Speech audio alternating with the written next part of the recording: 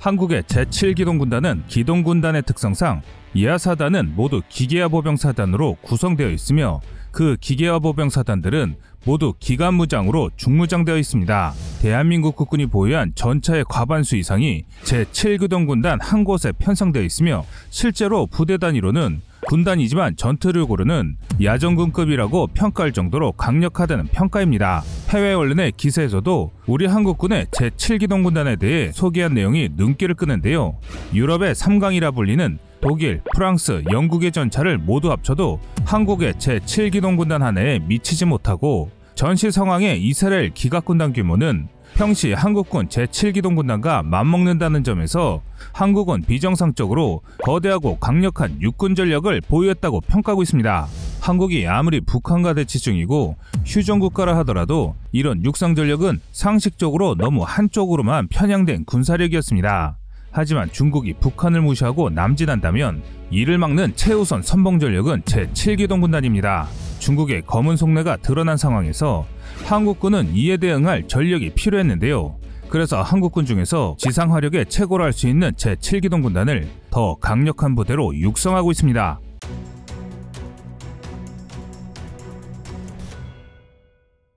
국내 한 군사 전문가는 우리 정치권이 얼마나 미중의 방해를 지혜롭게 무력화하면서 제7기동군단 예하 제7항공전단, 신속 대응사단 등이 신속하게 중국 북구정구전단을 압록강과 두만강 전선에 묶어둘 수 있느냐에 따라 통일한국의 영토가 온전하게 수복될 수 있는 갈림길에 서게 될 것이라고 전망했습니다.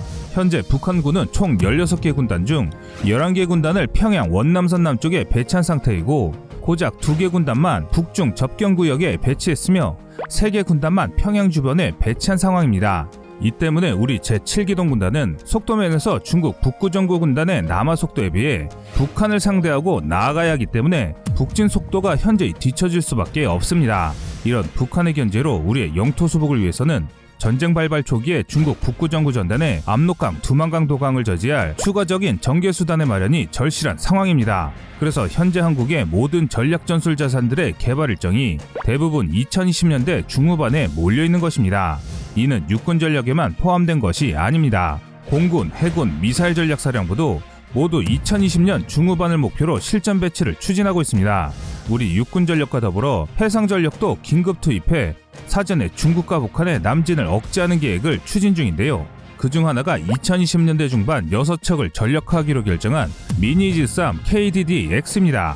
KDD 한 척당 64발의 미사일을 투사할 수 있고 여기에는 한국의 전술핵급 미사일인 현무4까지 발사가 가능합니다. 현무4는 서해 최북단에서 적성국의 지휘부를 무력화할 수 있는 미사일입니다. 또한 서해안동해 해상에서 세종대왕급 구축함을 비롯해 현무 시리즈의 미사일 같은 공격유도 미사일을 다량으로 쏟아부어 북중 접경 압록강과 두만강에 지속적으로 투사하는 전술도 계획되어 있는 상황입니다. 지난해 12월 미국 군사전문지 내셔널 인터레스트에서 중국의 북구정구를 앞세운 중국의 북한 침공 시나리오를 우려하는 보도가 나왔습니다. 유사시 한미연합군과 중국 북구정구 전단이 만나는 교차점에서 양국의 전선이 교착 상태에 들어가면 미중 간 협력상으로 인해 통일한국의 새 중국 국경선이 현재 북한 내륙 어딘가로 정해질 것이라는 보도기사를 냈는데요. 이는 미국 언론마저 이런 가상의 시나리오를 상정하면서 중국의 행동을 심각하게 우려하고 있는 것입니다. 1416km의 국경을 북한과 맞이하고 있는 중국은 북중 접경 지역의 안전보장을 핑계로 중국 인민해방군 북구정구전단을 평양까지 단숨에 전개해 북한을 장악하고 인민해방군 4개 정구 중 최강 정예군이 모여있는 지상군 78, 79, 80군으로 구성된 18개 합동여단을 투입하게 됩니다.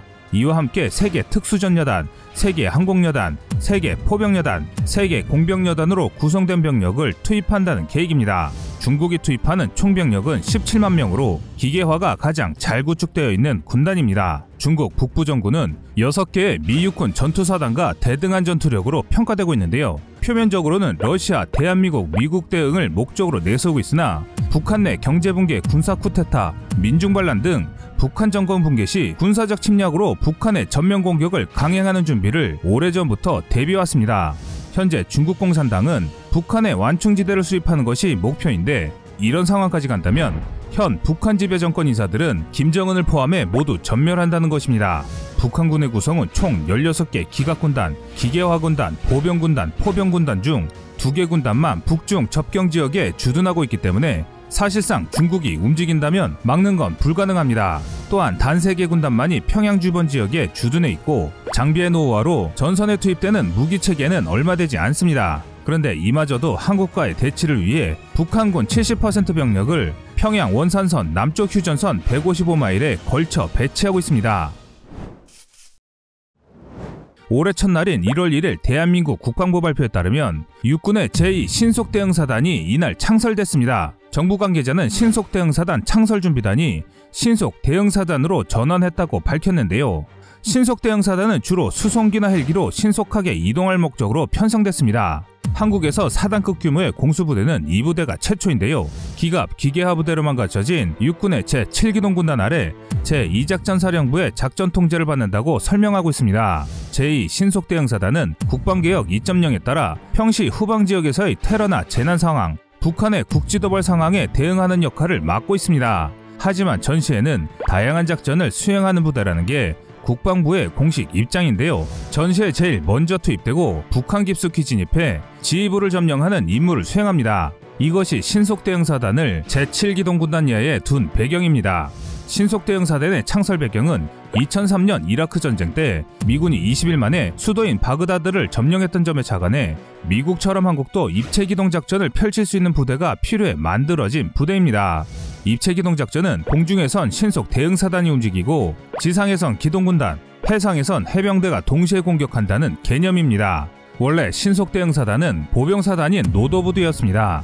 하지만 기존 이 사단은 2019년 12월 해체됐고 대신 제2작전사령부 예하 특공여단 2개를 묶어 새로운 2사단으로 탈바꿈한 것입니다. 원래 신속대응사단은 과거에 공정사단으로 편성될 예정이었다가 현실적인 한계로 인해 신속대응사단으로 이름이 바뀐 것인데 공정사단은 미국의 80이나 101사단 못지않은 공수사단입니다. 공중 강습사단으로서 전면전 상황에서 적의 종신 깊숙이 침투해 교도보를 확보하는 중요한 임무를 수행함으로써 제7기동군단의 빠른 북진을 돕는 역할을 하게 되는데요.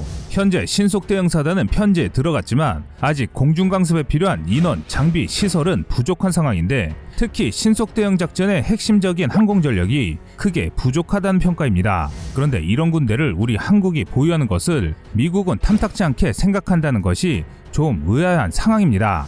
한 정부 관계자의 말에 따르면 항공전력은 미군의 협조를 얻어야 하며 미군이 있는데 한국이 굳이 공수사단을 보유할 필요가 있냐라는 입장을 밝혔기 때문입니다. 다시 말해 주요 핵심 지역은 자기들이 다 차지할 테니 뒤에 멀리 떨어져 있으라는 것입니다. 한편 육군은 인구 절벽에 대응하기 위해 2025년까지 병력을 줄이고 부대 구조는 기동화, 네트워크화, 지능화하는 대대적 개편을 진행 중입니다. 이에 따라 육군을 8개 군단 39개 사단 체제에서 6개 군단 33개 사단 체제로 정예하게 됩니다. 국방개혁 2.0 계획의 일환으로 2022년까지 9만여 명을 감축하고 기갑여단, 항공단을 편성키로 했으며 보병사단도 통폐합합니다. 각 기보사엔 항공단을 창설해 공격용 및 병력 수송용 헬리콥터를 편성할 계획이고 군단별 작전지역은 3-4배로 확장이 됩니다. 선택과 집중으로 최대 변력을 이뤄 군 중심사단에서 여단으로 거듭나 2025년에 모듈형 부대를 마련한다는 계획인데요. 모듈화 부대 구조 개편은 2030년까지 모든 보병을 기동화하겠다는 아미타이거 4.0과도 맞물려 있습니다. 이로 인한 군재편을 위해 사라지는 부대는 제20, 26, 30 기계화 보병사단과 제2, 27, 28 보병사단 등 6개 사단입니다. 이렇게 여러 군단에 흩어져 있던 기계화 사단을 제7 기동군단 이하로 재편하고 정예하기 위해 예하 기계화 사단들을 통폐합하고 있습니다. 하지만 이런 대대적인 부대 구조 개편으로 지상 화력은 증강되지만 제7기동군단 이하의 제7항공대는 아직까지 항공전력과 공격형 헬기, 수송용 헬기가 소요 요구에 비해 턱없이 부족한 상황입니다. 우리가 자체 개발한 소형 무장 헬기 LHA-2300대를 소유주기에 서둘러 배치하려는 것도 한국 육군이 미군의 협조 없이도 공수사단을 투사하는 능력을 보유하기 위해서입니다. 또한 육군은 아파치 가디언 도입을 추가 결정하면서 만전의 대비를 하고 있습니다. 추가로 도입하는 아파치는 항공작전사령부 소속으로 두면서 유사시 기동군단을 지원하는 임무를 맡길 계획입니다. 아파치 가디언의 역할은 선봉에서 기동군단의 길을 터주는 것인데요. 육군의 소망이 이루어진다면 한국은 모두 80대 아파치 가디언을 갖게 됩니다. 동아시아에선 최대 규모인데 일본이 12대, 인도가 36대, 대만이 29대, 싱가포르가 17대, 인도네시아가 8대 아파치를 각각 운용하고 있는데 우리 육군 보유 아파치에다 주한미군 소속 아파치 48대를 더하면 한반도엔 최대 132대의 아파치가 날아다닌 셈인데요. 이와 발맞춰 한국형 소형 무장 헬기도 모두 전력화된다면 한국의 지상화력은 세계 정상급의 수준이 됩니다. 이렇게 되면 중국을 포함한 북한이 남진하는 순간 그들의 전차와 병력은 흔적도 없이 사라지게 될 것입니다. 제7기동군단은 대한민국 최강의 지상화력 군단이자 세계에서 원탑에 속하는 화력을 보유한 군대입니다. 화력 덕후라 불리는 포방부는 해외 언론들이 비스트 모드로 변화 중이라고 극찬한 부대입니다. 이런 군대가 대한민국을 지키고 있기 때문에 중국과 북한이 엉뚱한 생각을 못하는 것입니다. 시청자님들의 현명한 생각을 댓글로 남겨주시기 바랍니다. 여러분의 좋은 의견이 좋은 영상을 만드는데 많은 힘이 됩니다. 이상 꺼리투브였습니다.